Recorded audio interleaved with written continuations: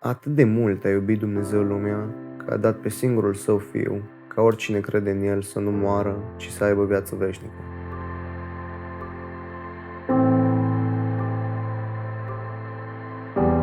Dacă cineva mi-ar fi spus acest lucru acum 3 ani, pe vremea când încă nu aveam o relație cu Dumnezeu, probabil aș fi început să râd. Nu aveam o percepție clară despre Dumnezeu. Știam doar că părinții mei cred în existența Lui și am presupus mereu că există.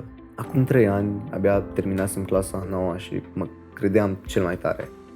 Eram foarte arogant și nu puteam să concep cum e posibil ca eu să nu merit ceva. Făceam o grămadă de lucruri bune, multe din ele din cauza că îmi păsa de oameni, dar și mai multe doar ca să captez atenția celorlalți și să-mi îmbunătățesc imaginea personală, atât față de cei din jurul meu, cât și față de mine. Mă credeam perfect și aveam impresia că totul se învârte în jurul meu. Doar eu contam, doar eu eram important și doar eu aveam dreptate. Cu toate astea, indiferent de câtă lume îmi spunea că fac o treabă bună, simțeam că ceva lipsește. Aveam mulți prieteni, dar de multe ori mă simțeam singur și nu-mi puteam explica de ce.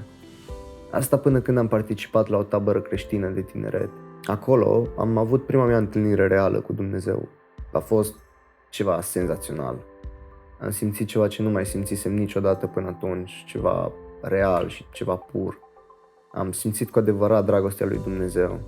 Atunci am înțeles că viața nu era deloc cum credeam eu. Am înțeles că am fost creat cu un scop și că nu sunt prezent pe acest pământ din pură întâmplare.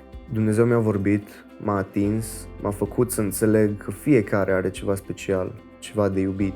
A fost greu să înțeleg faptul că nu eram centrul universului, dar când am reușit să pricep, viața mea a căpătat în sfârșit un sens. Dragostea pe care Dumnezeu o are pentru noi e cu mult peste capacitatea noastră de înțelegere. Însă un lucru pe care de multe ori îl uităm este că noi suntem datori să dăm mai departe din ceea ce am primit.